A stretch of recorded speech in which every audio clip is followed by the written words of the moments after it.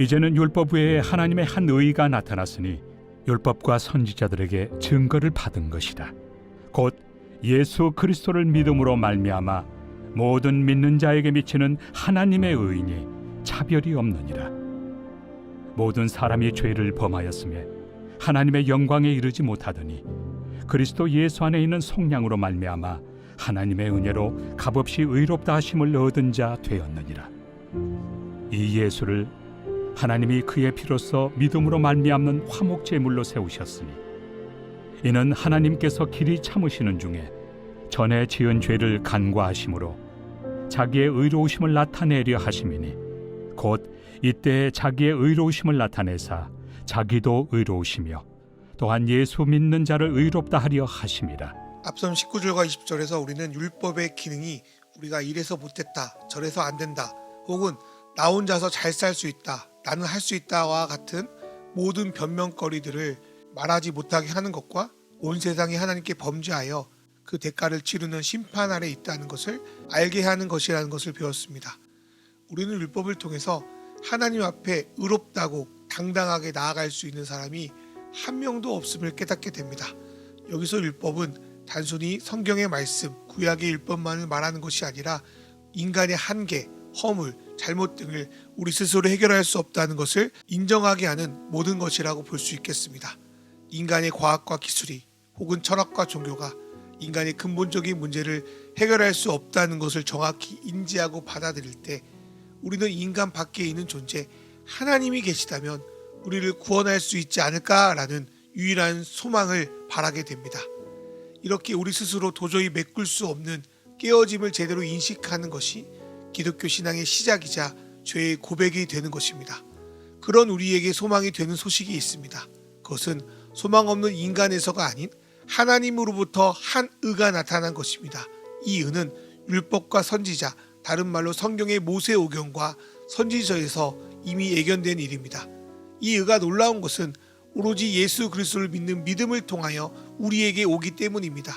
또한 이 의를 받아들이는 데는 어떠한 조건이나 차별이 없습니다. 앞서 나온 율법은 겉에 보이는 외모, 형식, 스펙, 성별, 물질과 같은 수많은 조건들을 우리에게 요구합니다. 내면보다는 눈에 보이는 평가로서 구원의 여부를 판별하려 들죠. 그러나 믿음은 다릅니다. 율법을 판단하려고 했던 구원의 조건이 모두 실패했음을 인정하고 모두가 차별 없이 예수 그리스도를 통해 주시는 의로움을 믿음으로 받아들이면 되는 것이기 때문입니다.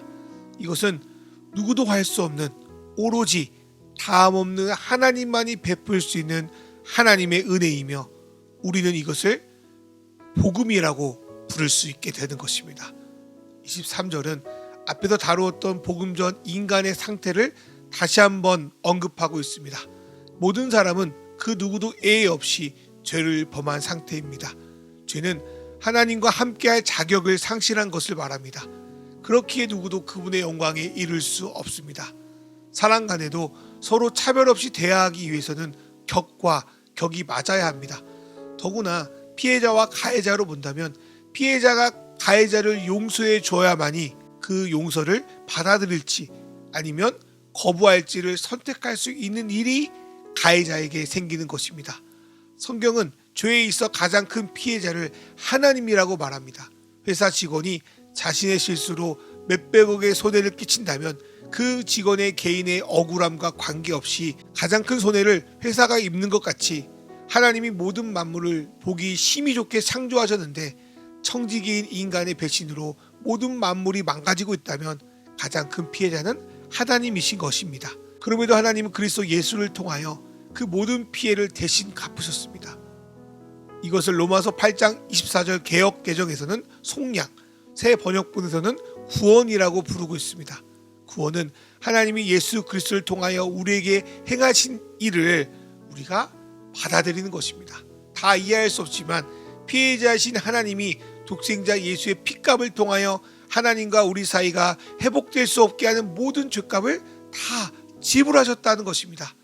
이 사실을 믿지 않는다면 잡힐까봐 여기저기 숨어 다니는 삶을 살아야 합니다. 하지만 하나님이 스스로 모두 다 갚으셨고 우리를 자녀 삼으신다는 이 은혜의 복음을 우리가 믿음으로 받아들이고 두렵고 떨리는 마음으로 주님 앞에 나아올 때 그분의 구원이 우리에게 의로움으로 유효하게 되는 것입니다. 하나님이 왜 그렇게까지 하셨을까? 솔직히 이해가 다 되지는 않습니다. 왜 정의의 하나님이 인간의 죄를 이토록 용서하지 못해서 안달했을까? 혹은 죄를 용서하실 거면 빨리 용서해 주시지 왜 그렇게 오랫동안 우리를 기다리게 하셨을까? 하필이면 구원의 방식이 꼭 아들 예수를 죽이는 방식 말고는 없었을까 하는 의문이 우리 안에 생깁니다. 솔직히 우리는 구원에 대한 모든 것을 이해할 수 없습니다. 하나님의 구원은 인간의 상식으로 도저히 일어날 수 없는 은혜의 일이 나타난 것이기 때문입니다. 하나님은 솔직히 우리를 구원할 의무가 없으십니다. 자신의 피조물의 배신에 분노하시고 심판하시기만 해도 자신의 의로움이 드러날 것인데 굳이 자기 아들 예수의 죽음을 통하여 자신의 심판과 사랑을 모두 드러내야 하는 어려운 길을 굳이 가실 필요가 없었던 것입니다. 그럼에도 하나님은 우리를 구원하고 싶어서 너무나도 오래 참으시고 인내하셨습니다. 우리는 주님이 우리를 기다리게 한다고 지친다고 불평하지만 우리보다 하나님이 오랫동안 참으시고 인내하셨습니다.